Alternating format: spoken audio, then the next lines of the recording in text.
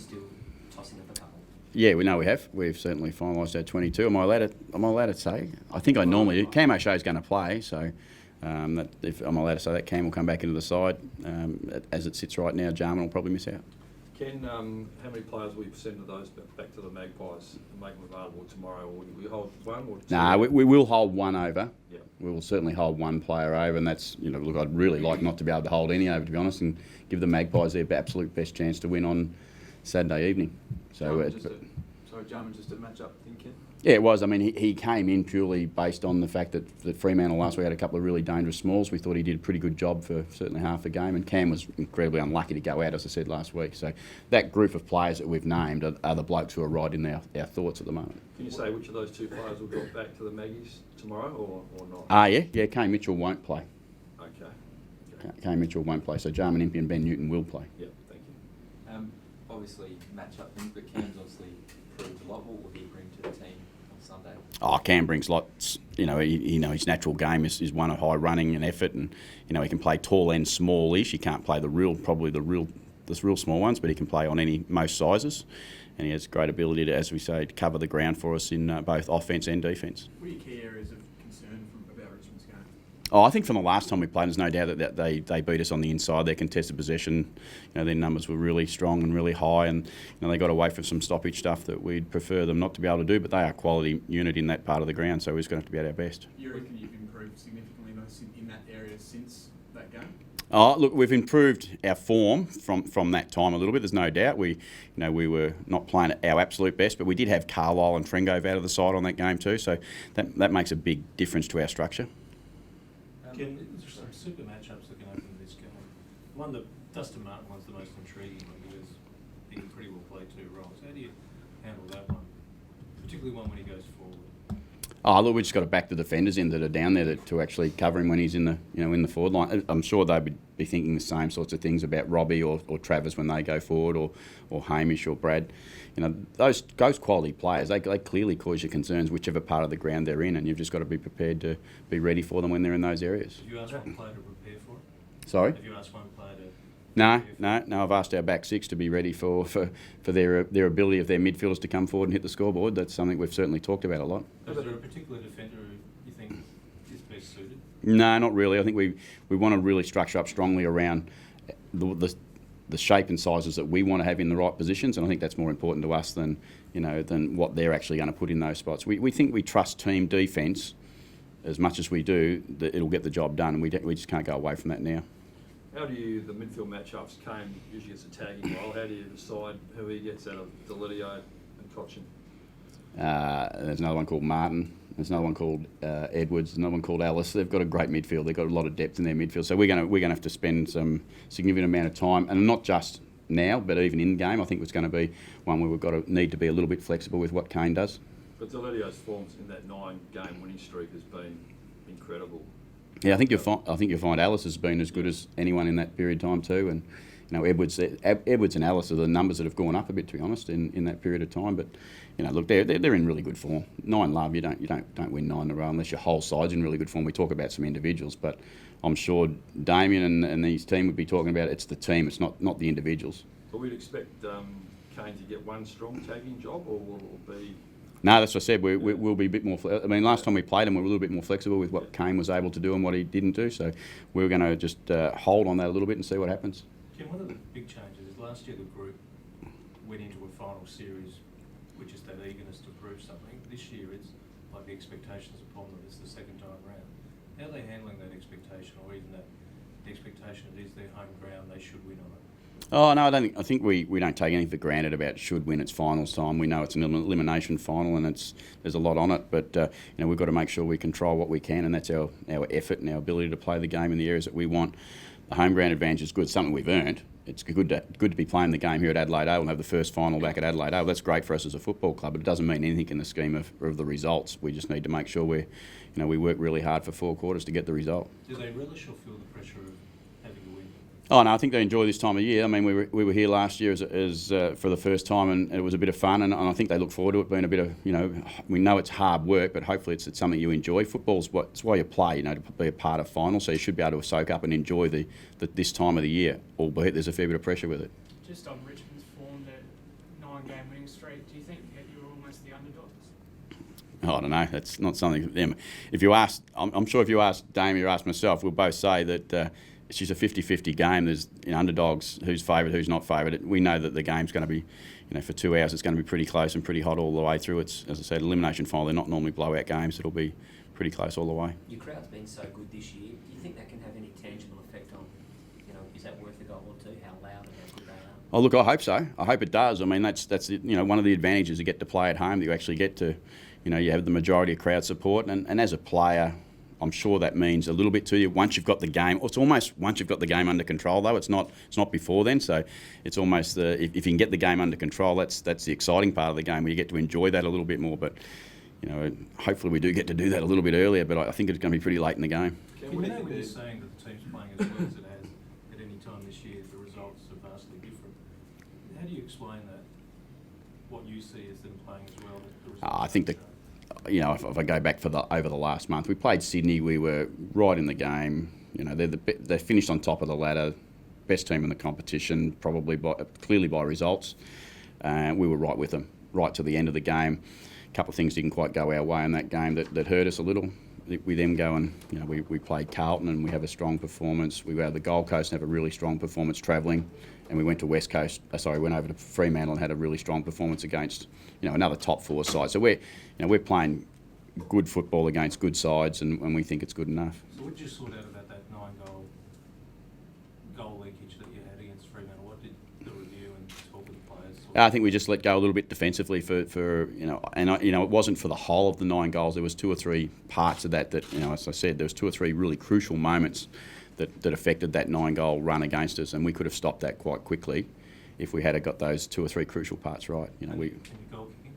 Yeah, another one of those crucial parts. We kicked behinds in that period of time. So we had opportunities, albeit Freo had more. We had opportunities. We just didn't convert the way we need to. Now, I can't sit here and say we're going to fix our goal kicking. We've done as much training on goal kicking as any club in the competition would have done from the time we started pre-season through to now. It's a mindset thing. It's a pressure thing that you actually understand that it happens more in game. But our boys are very comfortable and confident that they can take their chances and convert them. Ken, throughout the year you've said that this club will get what it deserves. Now you've earned the right to host a home final. What do you think this group deserves? Oh, I think we deserve to play well on Sunday. But that'll come out in our actions. It won't be given to us. We have to actually be prepared. I've said early too that your behaviours will determine your outcome. Now, if we've got the right behaviours on Sunday, the outcome will be what we want. If we don't, we don't run a risk with that. We'll put ourselves in a position of losing. Do you feel there's anything different since the last time you played Richmond? Obviously, the added pressure of elimination final. Do you feel there's any difference? It's almost different from week to week in AFL football. So whether we played Richmond last week and we play them again this week, there'll be different things that happen. There'll be different things that go on in the game. There'll be different players that play well at different times. And so there's always differences in AFL football, and that's what we all understand in the competition. It's really tough to go back and look back for too long, and it's really dangerous to go forward. So we just got to stay in the moment. Everyone's had a fair bit on the liver about the jumper. Have you been able to translate that?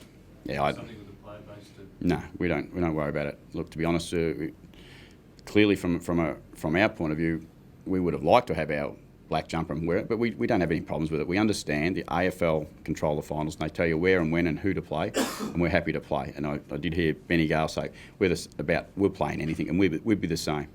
It's not something we can control. Our supporters understand that, I'm sure, and it just goes to show what I think from external, the emotional stuff gets built up from supporter base more than from the 2 competing teams. But at a time when the players wanted to build respect for themselves in the competition, that decision by the AFL to put Port in white, when you consider that Carlton wasn't asked to play in white against Richmond last year, seems to be disrespectful.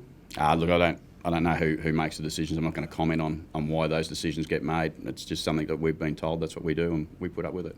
You mentioned Carlisle and Tringo were playing last time. Obviously, they've been back for a number of weeks now, but how much better structurally are you prepared perhaps this time around with them in the side? There's no doubt that your full back and your centre half back do help you, not just in their positions, but they help you down the chain a little bit too. That Jonas and Homsch don't have to play those key positions that they played last time, and then the next 2 down the line. So it just filters back through the team. It spreads the load a little bit more evenly. Doesn't count for too much, but we do need to make sure that the whole team collectively plays well together, and hopefully with key people in your team, that helps the whole team play better. Looks like Dan Jackson's pulled the pin No, he wasn't in their side last week. I suppose he's been out of their side for a little while. It's probably a little risk if they were going to bring him in. Obviously, he's physically not capable of playing, and that's why I think he's retired. Yeah. I think officially. So, yeah, we understand that he wasn't ready to play. I'm sure they were pretty comfortable and confident that their group that they've had competing over the last period of time have been really strong. Starts are always important, probably more so in a final. How significant is it that you begin well on Sunday? Oh, look, if we get a good beginning, I'll say it's significant. If we don't, I'll probably won't worry too much. But look, it's just tough. The game's so alive now. Whether you get a great start, you get half a slow start. Obviously, we would love a good start. We would love to get involved with the game really quickly. That helps, as I say, as someone mentioned before, our home ground advantage, our crowd get involved with a little bit more then. So they're significant things for us, but they won't be the be-all and end-all. If it's 10 minutes in the game and we haven't quite played the way we want, I'll be more worried about the following 110 minutes that we've got to go. But mentally, you're convinced they're going to be switched on from the first bounce? Yeah, I think we're in pretty good shape. I think we're in good headspace, and we know we've worked really hard to get to this point. We know we deserve the opportunity to play, and we're going to give it our best. Does this final stir up in your mind more what-if contingencies than any other game this year?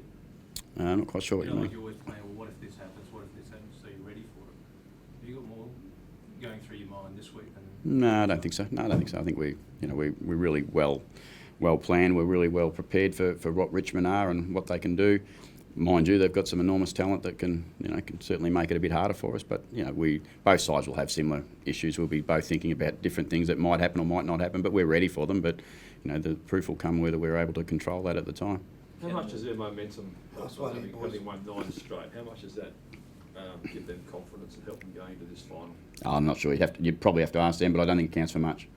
It's an elimination final. We both know the end result is if you lose, you're out. So it doesn't count for much whether you've won the last 9 or you've won you've only won 2 or 3. We lost our last game last year going into the finals.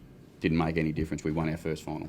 And the silly season started with trade rumours. Do you chuckle at reports that you're going to get Tex Walker following season? What about just about anyone that's been talked about already so far is coming to Port Adelaide? Rhodey did say to me before, we must be going to have a list of 80 players at Port Adelaide. It's good that people want to recognise that perhaps Port Adelaide's a good spot to come. We'd be happy and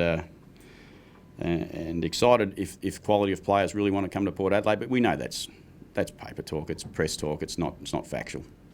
Is it Is he starting to worth sink in? 1.3?